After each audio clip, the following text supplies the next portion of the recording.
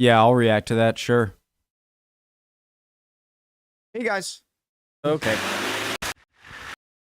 Link to the original video, top of the description. Hope you're doing well. My name's Connor. If you're new, I love doing these Forces news videos every now and then. They are pretty short, so I have 2 of them. I'm sure I'm going to have a lot of questions and stuff anyway, so we should be fine. Preemptive, like, did I say link to the original video, top of the description, like always? Let's go. Let's learn. Trusty Land Rover remains vital to the British Army. And the other one's about a drone.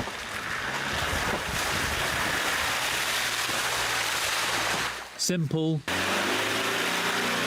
dependable, a workhorse of the British military.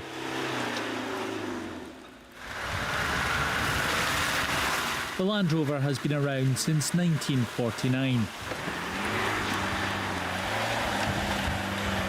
Many other vehicles have come and gone in that time, but it remains a key part of the Armed Forces fleet of vehicles. So they're used in liaison roles as communications vehicles. I'm sorry. Land Rover, British company.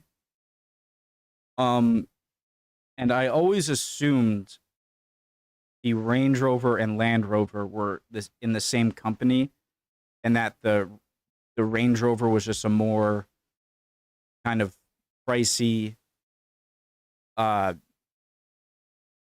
mom style Land Rover. So I don't think that's right, though. His fleet of vehicles.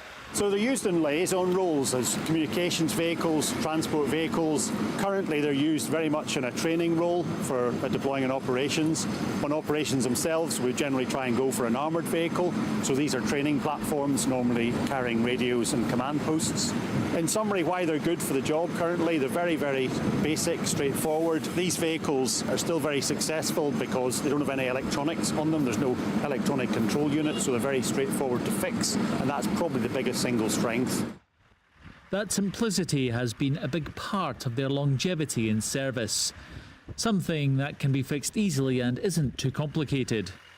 But you still need to know what you're doing to use these Jeeps properly. They're designed to go where most other vehicles can't. So this is the equivalent of what America sees, just the standard Army Jeep that they've, I think implemented in World War II. So is that fair to say? This is kind of the British equivalent? And here in Scotland, the Army are testing out the skills needed to use these Land Rovers to their full potential. For more than 30 years, Exercise Mudmaster has been putting the Jeeps and drivers through their paces. I've always been interested in Land Rovers from a young age. If you know how to drive it properly, it can go everywhere. Mudmaster off-road driving exercise, obviously, so it really helps with learning all the gearings and when to use like low range, high range, all the different gears. If you're able to use them effectively and you've practiced it before, then you'll be more likely to be able to carry out your operations effectively, and you'll be able to know when things might go wrong and mitigate that happening. The Land Rover was inspired by the military Jeeps of the Second World War, but initially designed for farming and industrial use. But with some changes, these vehicles became a key part of the force. And after 7 decades of service, they are still valued by the soldiers who use them today. They're a great platform for training, great off-road and easy to repair. All soldiers have been trained in basic training how to I won't be able to pay attention until I point out what a mustache. easy to repair. All soldiers have been trained in basic training how to use the vehicle off-road, and Mudmaster offers a great opportunity to put those skills to use and develop them further for operations. The wheels seem so thin that I'm surprised they can go through the mud so easily. That's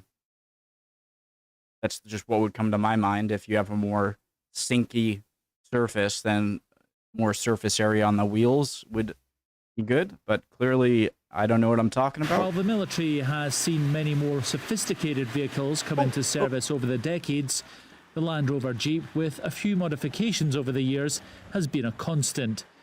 A simple, durable bit of kit, one that's difficult to replace. Question.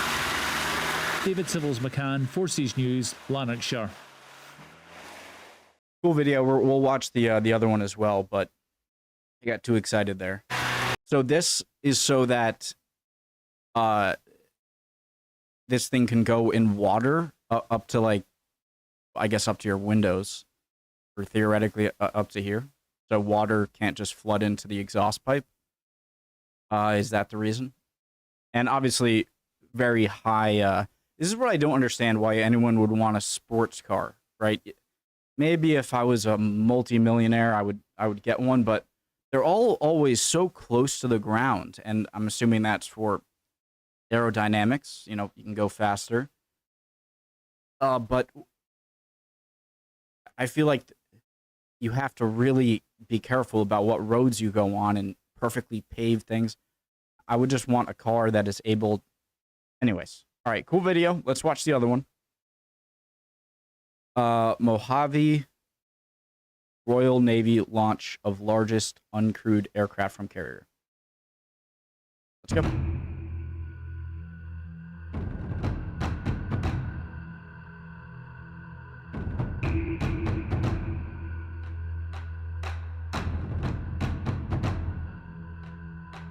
What this capability would bring to the carrier strike group is the ability for an aircraft to carry maybe between 1,000 and 2,000 pounds of payload, sensor payload or weapons payload, for a long time on a long endurance aircraft.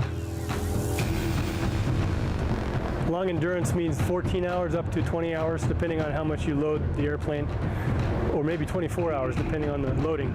That's a very long endurance airplane. That's a capability that doesn't exist anywhere in any carrier strike force today in the world. So now you can have an airplane on this deck. Guys, I'm sorry. What did he say? Hours up to 20 hours, depending on how much. Fast forward if you want. Long endurance means 14 hours up to 20 hours, depending on how much you load the airplane, or maybe 24 hours, depending on the loading. That's a very long endurance airplane. That's a capability that doesn't exist anywhere in any carrier strike force today in the world. So now you can have an airplane on this deck that you can launch and recover without catapult or arresting gear. So you have a great flexibility in which kinds of flat decks you can use. And now you can use that capability to protect the strike group from surface combatants. You also have the ability to protect it from subsurface combatants, from submarines. And in the future, there will be an airborne early warning capability, which will give you eyes that reach out much, much farther than we're able to do today, and much longer than we can do it today from a carrier strike group of this kind. How much does a nuclear weapon weigh? Could this thing be capable of that? I'm sure they have smaller. So it's pretty much over here, right? Yeah, interesting video. Oh my god. What was I gonna ask? Oh, does anyone know if depth charges are still like the only submarine defense, or like attacking a submarine? Essentially the same technology that World War II uses, because, or is a depth charge just an explosion, or is it a special explosion? Like, if a torpedo explodes next to a submarine, will that act like a depth charge? Or, like, I'm curious how this thing would attack a submarine. That is what they said, right? Not just point out one. The warning capability, which will give you eyes that reach out to combatants to protect the strike group and use. So you have a cool videos, guys. I just like watching these cool military videos every now and then. I know they're short, but I still would appreciate any answers to any of my questions, any comments in general. Thanks, guys, for watching. Hope you're doing well, and I'll see you next time. Bye, guys.